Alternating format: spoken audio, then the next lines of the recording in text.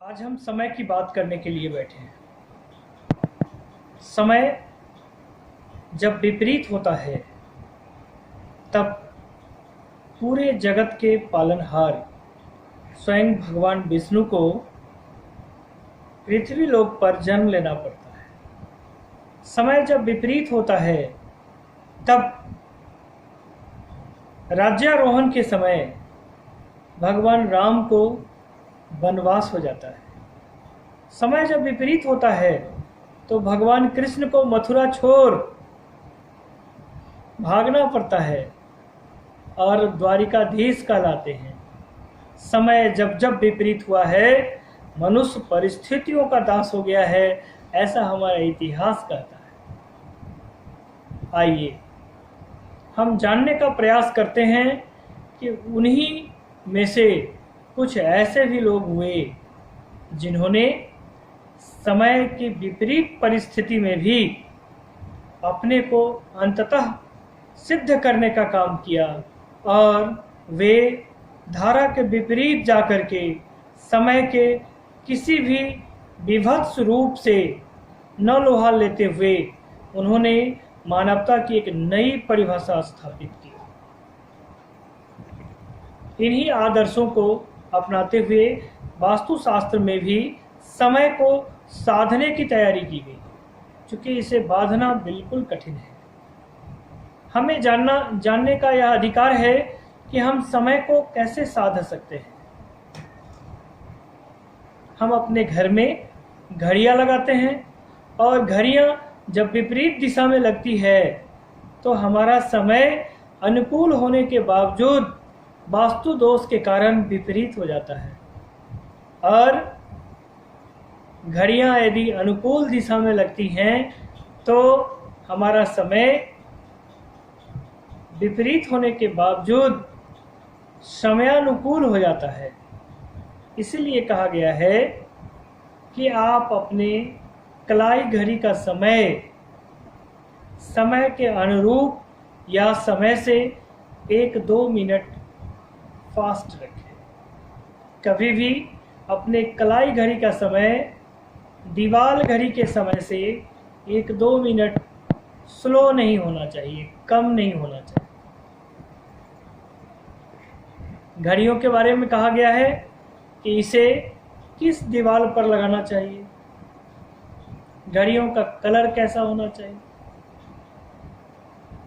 आज यह सब कुछ हमें जानने का अधिकार है और आज के इस वीडियो में हम लोग यही सब कुछ जानने का प्रयास करेंगे कि हमें घड़ी अपने घर के किस दीवार पर स्थापित करना चाहिए और घड़ी का कलर क्या होना चाहिए।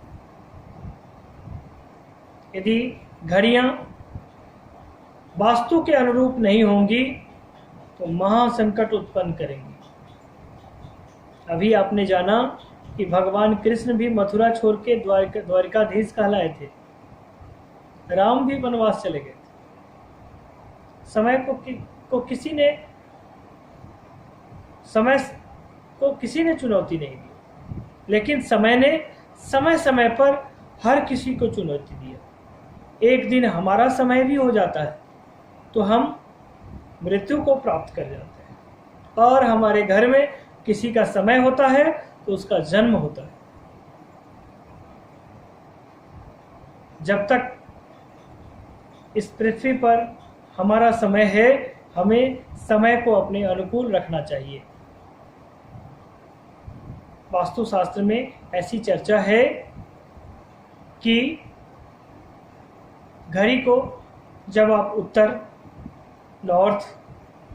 उत्तर पूर्व दिशा, नॉर्थ ईस्ट, पूर्व दिशा, ईस्ट में लगाते हैं तो प्रयास होना चाहिए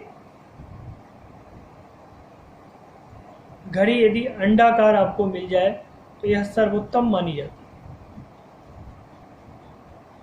है। घड़ी कई आकृतियों की होती है, उसमें सर्वोत्तम आकृति अंडाकार मानी जाती है। घड़ी यदि पेंडुलम वाली मिल जाए तो उससे निकलने वाली हर घंटे पर ध्वनियाँ घर से निगेटिव ऊर्जा को निष्कासित करती है। अतः पेंडुलम वाली घड़ियाँ यदि मिल जाएं तो वह सर्वोत्तम मानी जाती है।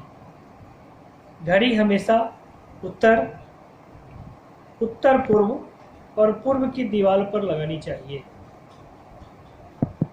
पीले रंग की घड़ियाँ, उसका फ्रेम यदि पीले रंग का हो तो अति उत्तम माना गया है। यदि पीले रंग की घड़ियाँ आपको नहीं मिलती हैं तो आप भूरे रंग का भी फ्रेम वाली घड़ियों का उपयोग कर सकते हैं। मेरी मानिए तो यदि आप पूरब उत्तर या पूर्व दिशा में घड़ियाँ नहीं लगाते हैं तो वास्तुशास्त्र कहता है कि आप अपने घर में घड़ियाँ लगाए ही नहीं, क्योंकि अन्य दिशाओं में लगाई गई घड़ियाँ अशुभ फल देती हैं।